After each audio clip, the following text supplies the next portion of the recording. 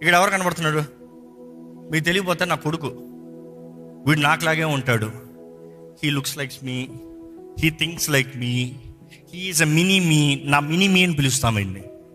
ఎందుకంటే ఎక్కువ తెలివి. అబ్బా, నాకే ప్రశ్నలు వేసి చంపేస్తాడు. నేను అందరికి ప్రశ్నలు కౌంటర్లు పెడతానంటే నాకు పెడతాడు వీడు. వీడు ఎక్కువ బుర్ర. వీడిని చూసినప్పుడు మా నాన్నగారు అంటారు, నువ్వేరా అంటారు, నువ్వేరా. కానీ నా బిడ్డ తప్పు చేస్తే నేను ఊరుకుంటానా అని అడగండి, ఊరుకుంటానా అని అడగండి. ఎవరిని ఎక్కువ శిక్షిస్తానంటే బయట వాళ్ళు కాదు, నా బిడ్డల్ని ఊరుకోను. కొంచెం ప్రార్థనలో అల్లరి చేసినా, కొంచెం అక్కడ ఇక్కడ తేడాలు కొట్టినా, వారు జోవియల్ టైంలో ఫ్రీగా వదిలేస్తాం. కానీ దేవుని సన్నిధిలో మాత్రం కొంచెం అటు ఇటు వస్తే మాత్రం అస్సలు ఊరుకోను. నిన్న ఉదాహరణ టీం ప్రేయర్లో ప్రార్థన చేస్తా, మా రెండో వాడు చెల్లిని ఏదో ఆడిస్తా నవ్వుతా ఉన్నాడు. ప్రార్థన చేస్తూ ఉంటే నేను ఊరుకోను. టీం ప్రేయర్ జరుగుతూ ఉంది, అందరూ డిస్టర్బ్ అవుతున్నారు. నేరుగా వెళ్ళి టీంని అడగండి. 4 బాధలు దబ్బు దబ్బు దబ్బులు పడ్డాయి. వచ్చి మీటింగ్లో కూర్చో, ప్రేయర్ కలిపి అప్పుడు ప్రార్థన కొనసాగించా. అందరికి అనిపించుంటుంది, ఏంటి అలా కొడుతున్నాడు, వాడికి మేలు చేస్తున్నాడా కీడు చేస్తున్నాడా? వాడు ఏదైనా వస్తువు పగలగొడితే నేను కొట్టను, వాడు ఏదైనా పగల కొడితే నేను కొట్టను. జాగ్రత్తగా ఉండరా, అది విలువైందిరా అని మంచిగా ప్రేమతో చెప్తా. కొనుక్కొచ్చురా. కానీ నువ్వు దేవుని సన్నిధిలో ఇలాగ మాత్రం ఉంటే మాత్రం ఈ బ్రతుకులో బాగుపడలేవు. నీ బ్రతికే నాశనము. దేవుడు అనే భక్తి లేకపోతే బ్రతికే నాశనము. దానికి నేను శిక్షించకపోతే నేను లెక్క చెప్పాలి. బాలుడు నడవలసిన త్రోవ వాడికి నేర్పించాలంట. వాడు పెద్దవాడైనప్పుడు దాని నుండి తొలగిపోవడంట. చిన్నప్పుడు బెత్తం వాడాలంట.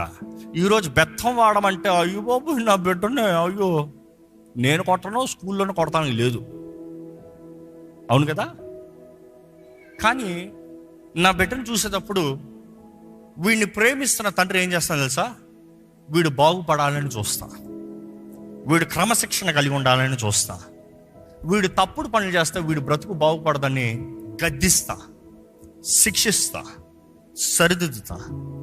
ఇంట్లో ఉదాహరణకి అనేక సార్లు నేను వీరితో భోజనం చేస్తానికి సమయం ఉండదు. కానీ నేను భోజనం చేసే సమయాల్లో నా పక్కన కూర్చున్నప్పుడు పక్కన ఉన్నవారు ఎవరైనా వీరు తొందరగా తినేయాలని ఏదో తినిపించేస్తాము, ఏదో చేస్తూ ఉంటారు. నేనంటే నువ్వు ఆపు. వాడు ఈ పూట తినకపోయినా పర్వాలేదు, వాడు అంటారు వాడు తిన్నే. వాడు తండ్రిగా వాడు తినాలన్న ఆశ నాకు ఉంటుంది.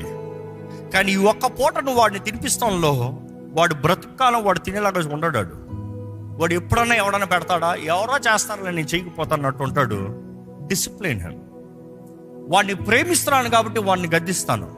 నేను అంటాను, అయ్యా నా కొడుకు అంటే నాకు ప్రేమ అయ్యా, నాకు ప్రాణమయ్యా, అందుకనే వాడిని శిక్షిస్తున్నానయ్యా.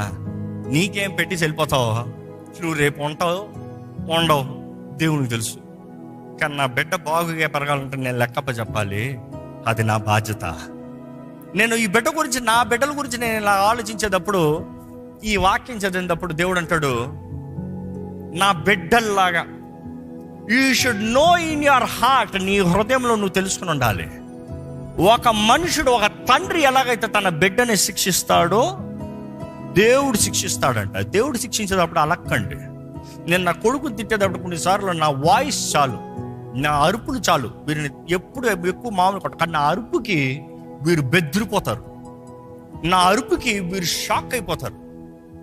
కానీ అదే సమయంలో నేను ఎందుకు అరుస్తున్నానని గ్రహించుకుంటే తర్వాత మాట్లాడతా. జడి, do you know why did I yell at you? ఎందుకంటే వారు తెలుసుకోవాలి నేను ఎందుకు అరుస్తున్నాను. వాడు అంటాడు, ఐ నో డాడీ, నేను చేసింది తప్పు అని నువ్వు నన్ను తిట్టావు. ఐ కెన్ అండర్స్టాండ్, నేను చేసింది తప్పే. నా రెస్పాన్సిబిలిటీ ఏంటంటే వాడు తెలుసుకోవాలి ఎందుకని నేను వాడిని శిక్షిస్తున్నాను. ఓరక శిక్షించి వెళ్ళిపోతాం కాదు. దేవుడు కూడా అంటున్నాడు, తండ్రి తన కుమారుని శిక్షించిన రీతిగా నేను దేవుణ్ణి అవసరమైతే ఎడారిలో మిమ్మల్ని శిక్షిస్తా. ఈరోజు దేవుని శిక్ష వద్దు అన్నవారు దేవుని బిడ్డలుగా ఉండటానికి పనికిరారండి. నా బిడ్డ నా శిక్ష వద్దు అన్నప్పుడు నా బిడ్డగా ఉండలేడు.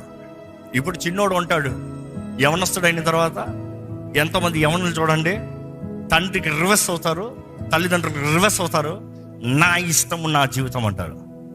అలాంటి పరిస్థితి వస్తుందంటే వారిని శిక్షించాల్సినప్పుడు శిక్షించలేదు కాబట్టి వారు ఆ వయసుకు వచ్చేటప్పుడు తిరగబడుతున్నారు. కేవలం ప్రేమ మెత్తగా చూశారు కాబట్టి, కఠినంగా చూడలేదు కాబట్టి గౌరవం ఉండదు. ఎప్పుడు శిక్షిస్తారో అప్పుడు గౌరవం ఉంటుంది తెలుసా. భర్తలాగా నువ్వు నా సొత్తు నువ్వు వినాలి అంటనే కానీ భార్యకి గౌరవం ఉండదు తెలుసా. పర్లేదులే అమ్మా అని చూడండి, లైట్ తీసుకుంటాడు.